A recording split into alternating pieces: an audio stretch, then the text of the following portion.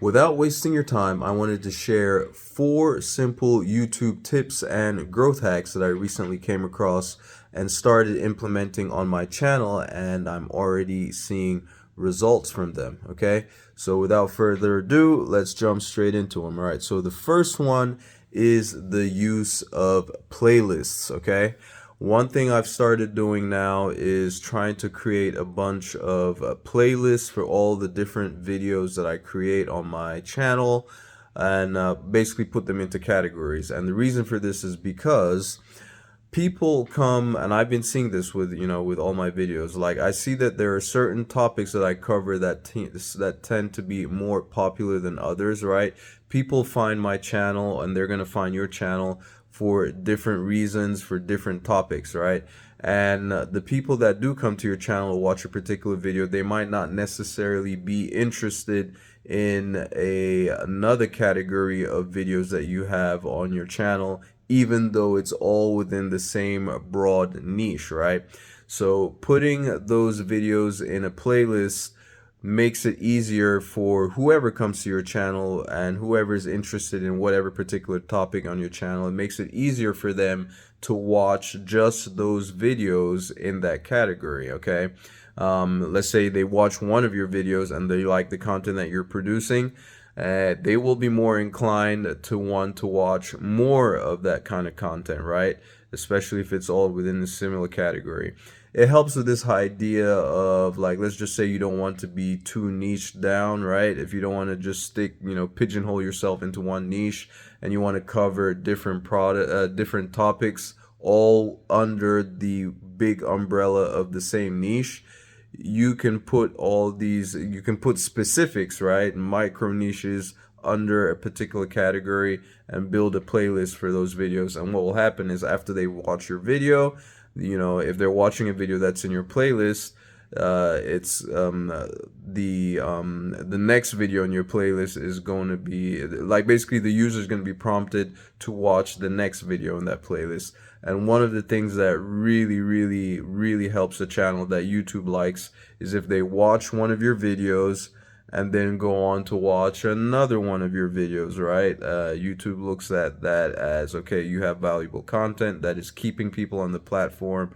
So that is definitely something you want to do. And plus, it also really helps with your watch hours. Now, similar to playlists for the purpose of keeping people on YouTube longer, one thing that the second tip, right, the second growth hack that I recently came across and have started implementing, which it's ludicrous when I think about the fact that I wasn't doing it before, is the use of end screens. Okay, this might seem like really basic stuff to you if you're advanced, but I mean, for those of us who are not necessarily advanced YouTube content creators, all right, these are things that really make a difference. They do help, and I have seen this on my channel. Like, I've actually seen this work, especially when I'm trying to direct a lot of the traffic to a particular video of mine, right? So make sure you're using end screens at the end of your videos, right? Like, at the end of your video, there is a place for, if you use an end screen, basically, when someone, if a user watches your video to all the way towards the end, they will be prompted to watch whichever other video you have in on your end screen. Okay, and what does that do? Of course, if they're interested and they decide to watch, that will keep them on the platform even longer. Of course, YouTube absolutely loves that. I've done this where I've sent, let's just say there's a particular video of mine that does really well. I'll create a bunch of other videos and then drive the traffic through the use of end screens to that one particular video that has done historically well, right? And I've gotten more views to that particular video. It's a good way to drive views to any other particular video that you want to send views to, okay? But that is definitely another one. So if you're not using end screens, make sure you start using them, okay? The third YouTube growth tip and hack that I came across, which of course you can see if you've been following along with me, you'll see now that that I've started doing, and it's really making a difference as I can see my numbers, my subscriber count is starting to pick up a little bit more, and it is my posting volume. Okay, posting volume has been like, I think, one of the biggest reasons, or the biggest reasons why I've started to see things pick up a little bit, right? And this means for you that, what let's just say for you, if you were someone that only used to post once a week or 3 times a week or whatever, maybe you need to ramp that up. Now, I had gone from posting every now and then to gradually ramping up to daily, right? And then and then now I've started to ramp up to where I'm trying to post a minimum of 2 times a day. But it hasn't been long enough to say I've been keeping up a streak, right? But some days I'll post as many. Actually, no, it's only been one day now that I've posted as many as 4 videos in a single day, right? But now, what I'm doing now, especially as we run up towards the end of the year, I'm trying to post a minimum of 2 times a day, right? Which, some people might say that is extreme, but hey, it's what I'm doing now and is what seems to be working, right? Significant volume is what is working for me. But more important than anything, whatever volume you decide to ramp up to, just make sure it is something that you can consistently hold on to, okay? Right? Because long-term consistency is always going to outdo short-term intensity. So it does no good if, let's just say, you go for 3, 4, 5 days where you're posting every day, or you're posting multiple times per day, and then you get burnt out, for example, and then you go for like a month without posting, and then you come back and do the same thing, and then you go for several days without posting, 10, 20 days without posting, you come back and do the same thing. Whatever frequency you decide to pick, right, however many times you decide you want to post, try to maintain it at a somewhat even level, okay? But ramping up my posting volume has definitely helped me big time. And then lastly, this one was kind of an interesting one. Like, it may seem like common sense, but when you think about it, well, I didn't necessarily think about it, because most of us, when we're creating content, especially if we're trying to do things in the now, like live type stuff, we're just posting as we can, right?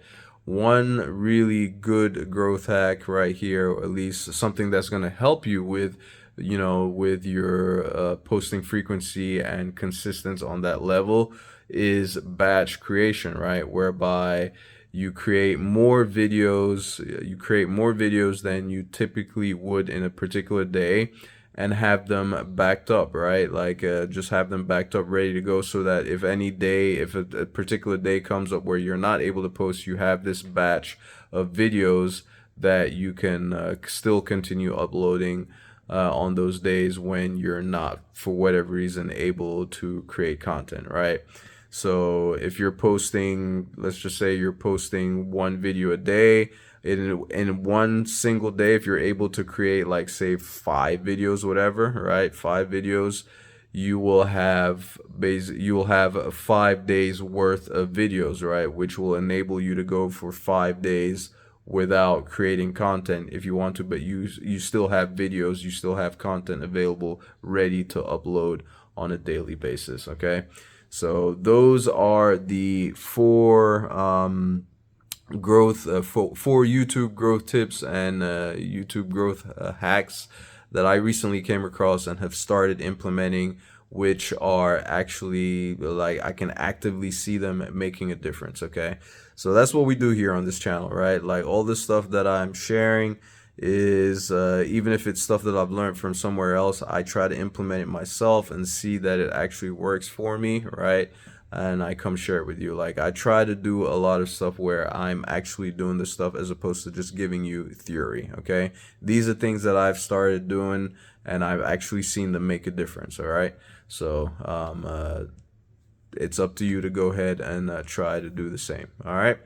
Thank you ever so much for taking the time to watch. And as usual, if you did like this, if you did get some value from this, please don't forget to give the video a like.